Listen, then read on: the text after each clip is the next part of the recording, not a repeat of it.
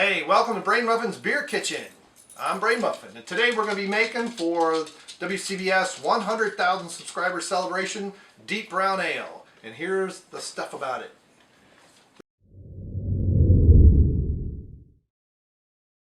Before we get started, let me give you some characteristics of this beer. Now, I've tried to base it on the 4 different personalities of WCBS. And they mentioned on their last show that, hey, maybe Bryon ought to make a beer for us and we can take the celebration. We'll see if this is ready in time, but it did get me started. So we have 15 grounds of pale malt. Now, the brewery store I went to, they had one from Belgium, which is fine, or the Netherlands. So it's got a different, it's a 2-row malt, but it's got a bit different texture than the American version. We also have a pound of crystal malt at 120 L. We have a pound of chocolate malt, that's 350 SRM for those keeping score, and 4 ounces of black patent malt at 500. That's just to give it a little bit deeper, darker color, but shouldn't really provide. It'll provide a little bit of overtones of stout, but not much. They didn't have the candied sugar that I wanted because I am going to be using a Belgian yeast. So I am using 1 pound of corn sugar, which actually should give me a little bit more fermentable sugars than the candy. Plus, it had been a pound, that was a pouch. So you have liquid and stuff like that in there, so hopefully it gets a little bit more. We have various hops. Again, this will obviously be on the website and also do an article about it, but we have Columbus, Galena, Simcoe, and Amarillo, and Citra. The Citra is going to be in the dry hop and secondary, hopefully at least 2 weeks, but we'll see how much time. Obviously, we're going to use the Grainfather for this and an all-grain mash, and we'll get to that in a minute. Now, before we get started with everything, I like to clean everything. Now, obviously, I clean it before I put it away, but I'm very, we'll say anal retentive about cleaning it. Cleaning is extremely important. When it comes to brewing, you can never have something too clean. Now, you can get off flavors if you try and sterilize stuff too much, but yeah, I mean Clorox and bleach or something like that. So we're going to put some more water in the Grainfather. We're going to get this cranking. I always do the recirc as well as I pump water through here. Now, I only pump it through where the wort's going to go. This is the reverse flow chiller, and there's still some water leaking out. So obviously it's only on the hot side that we're going to do stuff, but I find this to be very important. The instructions with the Grainfather don't say anything about doing this, but this is how I get the stuff out of the Grainfather, most of the water after I've done the cleaning. And then I usually dump about 1/4 gallon or so before I start recirculating this at the end of the boil, just to get all that stuff out and make sure all I'm getting recirculating is wort, no cleaner, no standing water, no nothing. All right? So we'll see you on that side. So when it comes to cleaning the Grainfather, I actually like using one step. Now, there is a Grainfather cleaner, it's very similar. Now, this works with oxygen. So at this point, it's not bad to be splashing stuff. So I've got some warm water. We'll fill this thing up, and I'm going to splash a lot. We're going to stir it, and then we'll turn the pump and the heating element on. I'll put it on mash setting, not boil. We'll heat the water up. We'll get it all circulated real nice, and then we'll clean it out.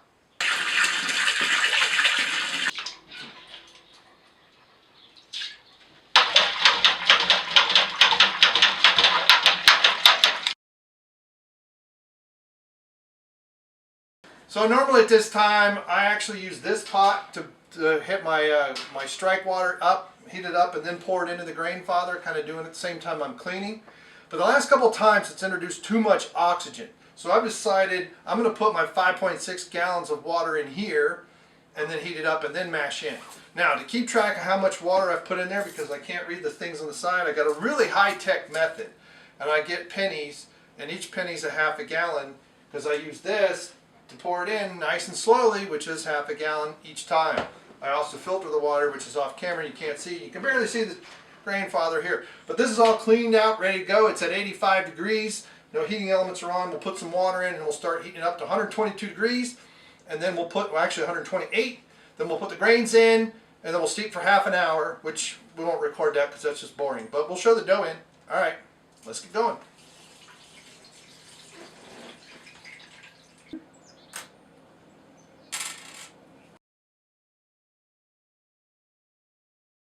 We finally have our 5.6 gallons, actually a little over 5.5 gallons of strike water up to 128 degrees. So now it's time to get set up for dough in, and we'll move things around and get that in. So we do have This is the black patent malt. The grains are unfortunately in a black bag, but crystal malt and all that stuff's in here. This is about 17.5 pounds, so all told. But we'll get set up, dough it in, and get mashing. Now as far as the corn sugar, we'll put this in after the boil is done and before we take our beginning specific gravities. And at the meantime, we'll put 3.5 gallons in this pot and get it up to 100 and I think it's 56 degrees. Let's see what the thing says. 168 degrees, and then we'll sparge at the end. We'll fly sparge with that. All right, let's get going. Then we get to start the timers finally. This is going to be, I got to be careful here.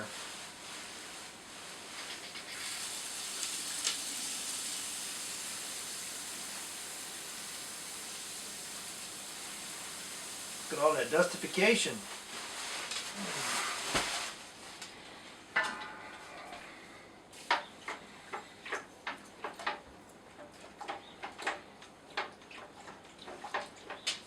Wow.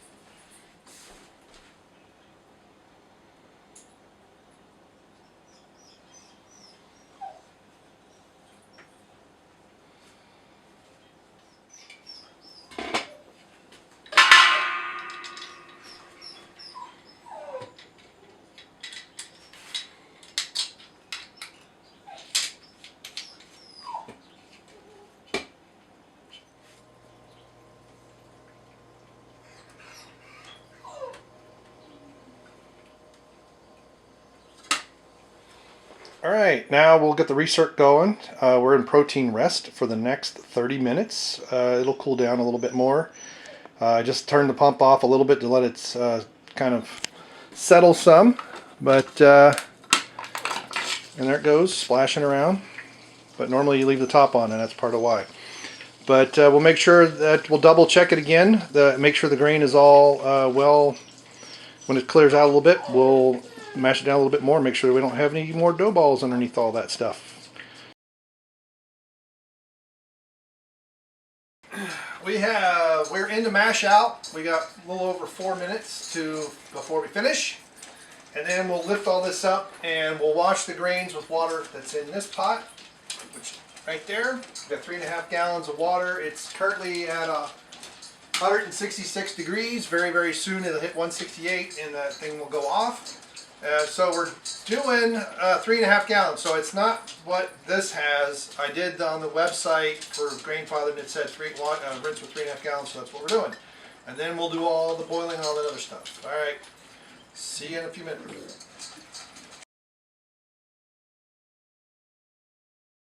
All right, as we start sparging the grains, right now this is just rinsing from the water inside. We bring it up and all that. Anything you're familiar with the Grainfather. This isn't a video about the Grainfather. This is about the WCBS 100K subscriber beer.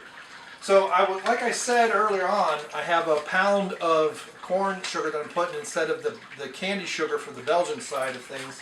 But I've done another last minute addition. I'm going to do 2.5 pounds of clove honey to give it even more alcohol boost and maybe hints of sweetness.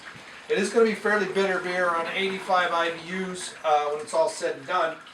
And there'll be a nice mixture. It's got a nice smell. You can really smell that black patent malt. The chocolate malts I'm not really picking up so much. But anyway, we're going to sparge out. Now I usually have a fly sparge that is now broken, and I'm trying to find a new sparge arm. So if anybody knows of any that'll work with the Grainfather, let me know. And I'm going to just scoop it out. I'll rinse it off again since it was sitting. But basically just kind of pour some in and just kind of let it go. Just kind of do batch sparging that way. All right, thank you. We'll see when we start boiling.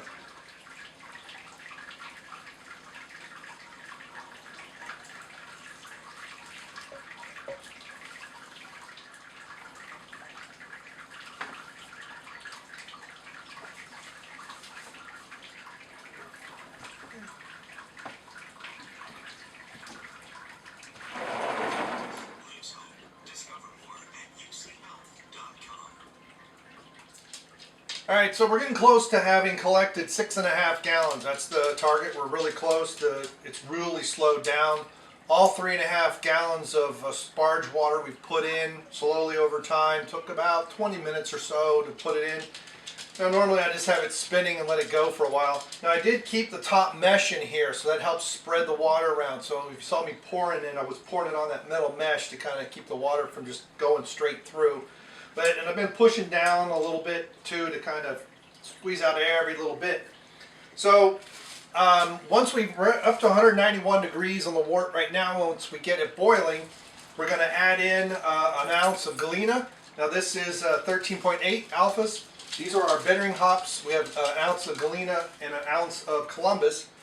And then we'll boil for 50 minutes, and then we'll do some aroma hops and some flavoring hops at 10 minutes to go, and 5. There's a couple hops that we put in when we turn it off and start whirlpooling and stuff like that before we start cooling it down. Now the Grainfather has this thing on the bottom that's supposed to catch hops, and it's always clogged for me, so I've started using these again that I used to use a long time ago. I completely forgot that I bought a bunch of these, so I've got a bunch more, but I'll put all of these in except for the 2 ounces of Citra that'll go in secondary and help give some citrusy and some funkiness. I can't get it. This is my primary. If I can lift it up, I've just put this thing on and now it's come off already. But so 6.5 gallon carboy. We'll boil off a gallon. There we go. I'm pulling the wrong part. We'll boil off a gallon. And then we'll put 5.5 in, and then I have a 5 gallon carboy that'll be for secondary, or 5.5 I think it is. But anyway, I also have another one of these I can use for secondary. So that's the idea. I'm trying to get my volume down once we get it going, and it's really dripping slowly. And I can push this thing way down. It is still hot. All the grain is still very hot, so we've washed it pretty well. But we're not up to 212 yet. That'll take some time. Unfortunately, this is the 110 version of the Grainfather, not a 220. I'd love to get a 220 circuit in here and have a 221 because this takes a long time and to get it to boiling. Now it is pretty efficient when it gets there, but it does take time, and we're still dripping. All right, so that's this phase. Then we'll boil for an hour. We'll cool it down, so when we get probably to keep, we'll do a little shots with probably the boil. There's a lot of time. I know it's being skipped here, but hey, you know, we try to make it exciting. And then we'll clean we'll get the chiller on here, and it chills it down pretty quickly.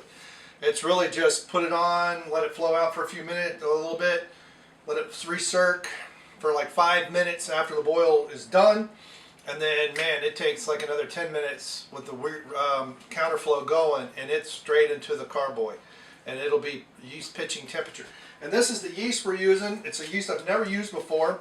It's Safe Ale BE 256. So we'll aerate a lot. We'll shake that thing a lot before we put in. I don't know if I wanted 1 or 2 packets, but this stuff is pretty, it gets going pretty well. So I didn't think I needed 2, but you know, I probably should have done a starter, but hey, we'll find out. If not, I'll just run the Jungle Gyms and get some other yeast tomorrow or Tuesday and re-aerate and get it cranking. So it'll be good. Alrighty, let's see where we are.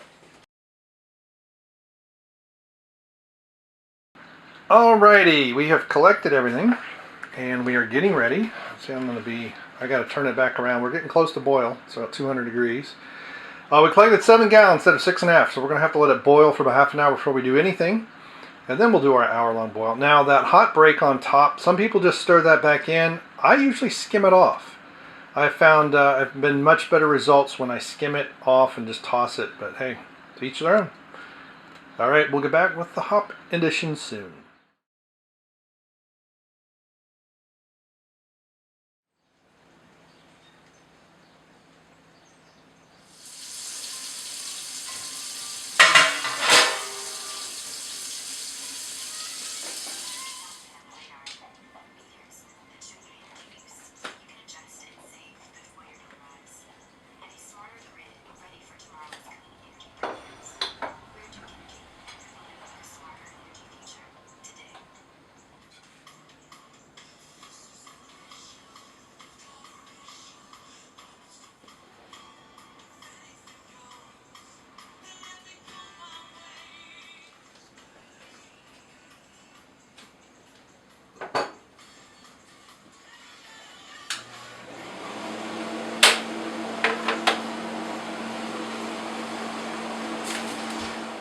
Okay, we're almost boiled down to 6.5 gallons. I did take a specific gravity reading at 7 gallons, got 14 bricks, which was, it calculates out to be about a 63% efficiency. While that's an improvement over some of my other batches, that's still horrible. So I've got to really work at getting better at the Grainfather. We will be putting the Galena and Columbus hops in very shortly. And I'll probably put in the corn sugar too and start the timer if my Android tablet can quit thinking that YouTube has stopped, which I don't, it constantly tells me this. This is why I hardly ever use this thing. But yeah, 50 minutes and then we'll put other stuff in. I'm probably going to put the honey in about 10 minutes ago or so because I want some of the honey sweetness but not a lot. So about 10 minutes in the boil time, and that'll help break down that some. I do have to steep this to get it softened up before I dump it in. And that's what we'll be doing. And I've also got dinner in the oven, just some taquitos and crap. So we'll get that out of the way and then we'll get the boil started.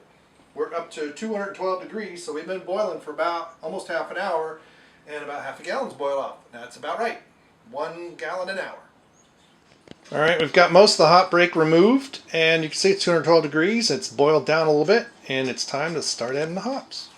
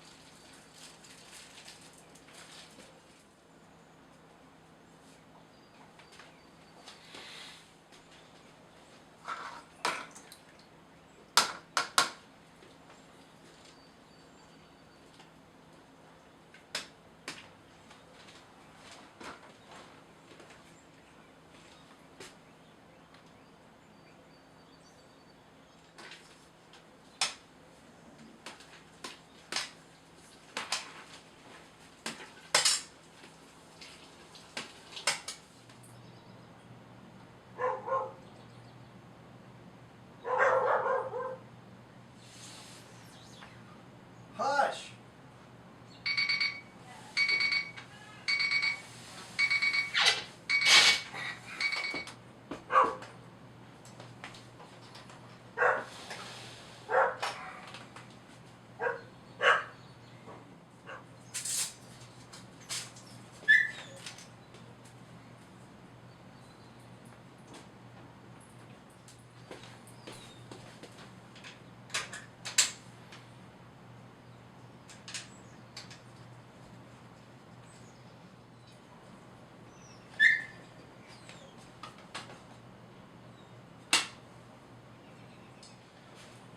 Okay, now we have the counterflow chiller hooked up, and we're doing sanitizing the chiller. I let some run out, which is what I like to do because anything stuck in there, need cleaner, all that stuff goes out with it, and so it should be clean and good. And we're not getting any more junk back into the beer.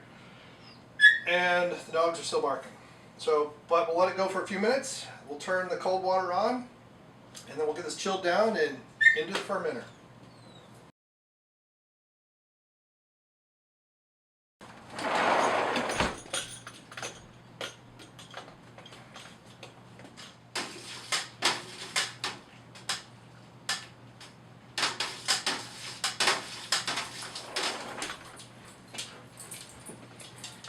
Joe's are. It smells like somebody's smoking in here. That's what that smell reminds me of. Now some of it is, some of it isn't. I only burnt my hands a few times. Ouch! Jeez.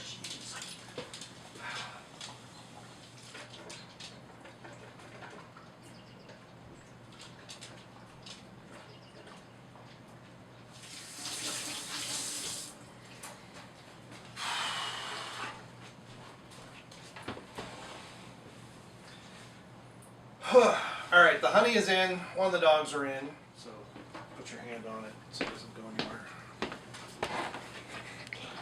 And if it sprays everywhere, I'll be recording. Okay. Hot board. See, this, so I went out there, it was 193. It's now 176.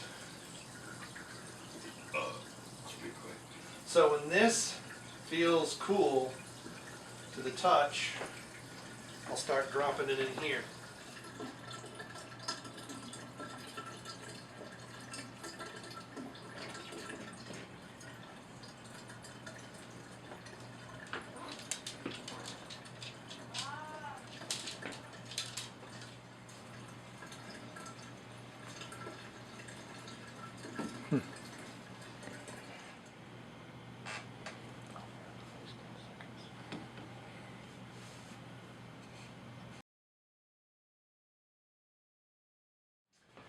All right, I may be focused. I may not. I don't know. So, thanks so much for stopping by Brainmuffin's Beer Kitchen. We got the worts going. The yeast is pitched. Have a lot of cleanup to do yet, and very little time to do it. It's 8:30. I got started late. Plus, I'm just slow. So, on the calculations, we did the final specific gravity by this hydrometer. It has a fancy name. It does in bricks. It came out to 17 bricks, which is 10.0698. And the conversion, at least the one I found online, ta-da. By the floating hydrometer, it was 0.72. So, and that's probably a little bit off by temperature. It's probably in the 70s, and so probably have to subtract 1 or 2 points. So it sounds like 70. 0.70 is what we get. So we're probably going to get close to 9.5% if everything ferments the way it should. Lower than what I wanted, but better. So my efficiency, I recalculated because I forgot I was adding all the grains, not just the grains that contributed to the fermentation. So that was 72%. So it was 15 pounds of grains because we had 2.5 pounds of, actually 2.25 pounds of specialty grains. Caramel malt, the chocolate malt, and the black patent provide no significant sugars. So still on a little low side, but much better. And so I did taste the wort. I don't have any. I had some. But it's got some nice sweetness, obviously, from the honey right now. That's probably going to ferment out. Some of it will still linger around. Because we steeped the honey, we didn't boil it. It has a nice hot bitterness. No real grain bitterness, so it may have the color of a lighter stout, but it's not a stout. It's a nice deep brown ale. Spot on the numbers. I wish I could calculate the SRM, but it looks very, very, very close to what I was aiming for with this beer. It's nice deep brown color, but it's not, you know, too black. We'll see how stuff falls out of solution and all that stuff. We get in the trub in the yeast. So we will put it in primary for at least 10 days. I'm hoping closer to 2 weeks. We'll see how my schedule goes. We'll rack it off to secondary, and we'll put the other hops in, the 2 pounds of Citra.